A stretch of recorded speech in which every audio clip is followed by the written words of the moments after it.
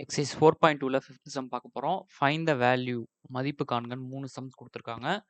First sum என்ன குடுத்துருக்காங்கன்னா, 2 cos inverse of 1/2 plus sine inverse of 1/2 இது குடுத்துருக்காங்க.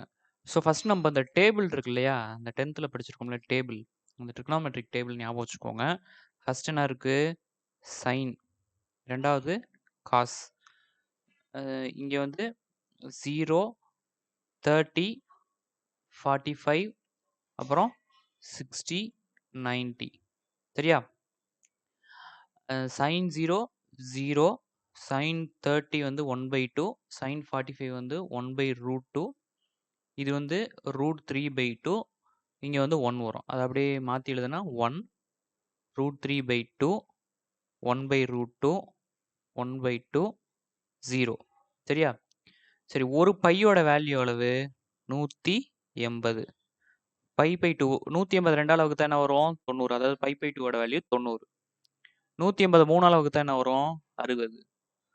180 4ஆல வகுத்தா என்ன வரும்? 45 சரியா?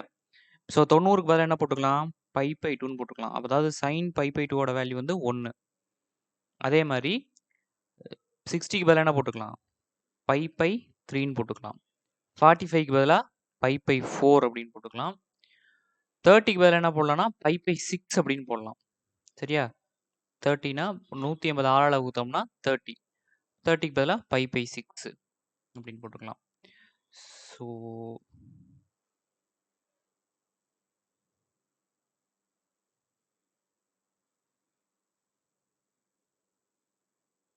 பாருங்க 2 காஸ் இன்வெர்ஸ் ஆஃப் 1/2. இப்போ என்ன பார்க்கணும் அப்படின்னா காஸ் 1/2 காஸ் π/3னா காசு π/3 இங்க கை வைக்கணும் 1/2ன்னு.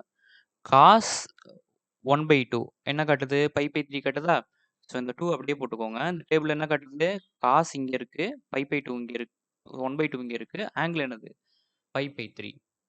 அப்புறம் சைன் இன்வெர்ஸ் ஆஃப் 1/2. சைன் இங்க பாருங்க, 1/2 இங்க இருக்கு. ஆங்கிள் என்ன அப்போ? π/6 சரியா? ஃபர்ஸ்ட் இந்த டேபிளை யூஸ் பண்ணி ஆங்கிள் கண்டுபிடிச்சுக்கோங்க. இப்போ 2 × π 2π 2π/3 பிளஸ் π/6. எல்சிஎம் வந்து 6ன்னு எடுத்துக்கலாம். இங்க 3 இருக்கு. 6ஆ மாத்தணும்னா 2ஆல மல்டிபிள் பண்ணணும். ஸோ நியூமரேட்டரோட 2ஆல மல்டிபிள் பண்ணீங்கன்னா 4π பிளஸ் π/6 சரியா? 4 பையும் ஒரு பை கூட்டினா என்ன வரும்? 5π 5π/6 ஓகேவா? இப்போ இதான் ஆன்சர்.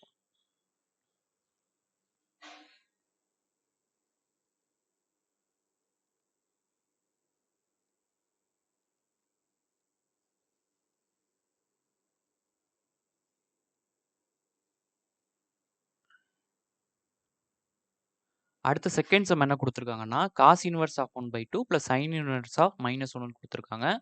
காஸ்ல 1/2 பாருங்க என்ன ஆங்கிள்? π/3யா? ஸோ காஸ் இன்வெர்ஸ் ஆஃப் 1/2க்கு பதிலா என்ன போட்டுக்கிறோம்? π/3 போட்டுக்கிறோம். அதே நேரத்துல சைன் இன்வெர்ஸ் ஆஃப் 1 இருக்கு இல்லையா? சைன் இன்வெர்ஸ் ஆஃப் 1 சைன் எங்க 1ஆ இருக்கு? இங்க இருக்கா? இந்த இடத்துல ஒரு சின்ன சேஞ்ச் பண்ணுங்க. சைன் இன்வெர்ஸ் ஆஃப் -1 இருக்கு இல்லையா? அத மைனஸ வெளிய கொண்டு வந்துட்டீங்கன்னா இங்க மைனஸ் வந்துரும். ஸோ சைன் இன்வெர்ஸ் ஆஃப் 1 அப்படின்னா π/2. So π/3 minus π/2. 2க்கும் எல்சிஎம் எடுத்தீங்கன்னா 6 வரும். இங்க 2ஆல மல்டிபிள் பண்ணணும். இங்க 3ஆல மல்டிபிள் பண்ணணும். 2π மைனஸ் 3π. 2πல 3π போச்சுன்னா மைனஸ் π. ஸோ மைனஸ் π/6 தான் ஆன்சர். அடுத்து 4th சம் பாத்தீங்க 3rd சம் குடுத்துருக்காங்க. என்ன குடுத்துருக்காங்கன்னா, cos inverse of cos pi cos π/17 minus sine inverse sine π sine π/17 இப்படி குடுத்துருக்காங்க. நம்ம 11th ஒரு ஃபார்முலா படிச்சிருக்கோம் இல்லையா? Cos A cos B minus sine A sine B equal to cos A plus B. Cos A plus B எப்படி எழுதலாம்? Cos A cos B minus sine A sine Bன்னு எழுதலாம். இங்க A இருக்க இடத்துல என்ன இருக்கு அப்படின்னா π/7 இருக்கு. அதே மாதிரி B இருக்க இடத்துல என்ன இருக்கு? π/17 இருக்குன்னு வச்சுக்குவோம். சரியா? இப்ப பாருங்க cos A cos B minus sine A sine B இருக்கா? அதை எப்படி எழுதலாம்? காஸ் A பிளஸ் B அப்படின்னு எழுதலாம். அதாவது π/7 பிளஸ் π/17 இப்படி எழுதலாம். சரியா? அடுத்த ஸ்டெப்ல எல்சிஎம் எடுத்தோம்னா 7ஐயும் 17ஐயும் பெருக்கணும்னா 119. இந்த 17 இது கூட பெருக்குனா 17π. இந்த 7 இந்த பை கூட பெருக்குனா 7π. சரியா? So cos inverse of cos வந்து இது போயிடும். 17π 2π என்ன ஆயிடும்? 24π டிவைடட் பை 119. ஸோ இதான் ஆன்சர். 24π 119ங்கிறது 0க்கும் பைக்கும் இடையில இருக்கும்.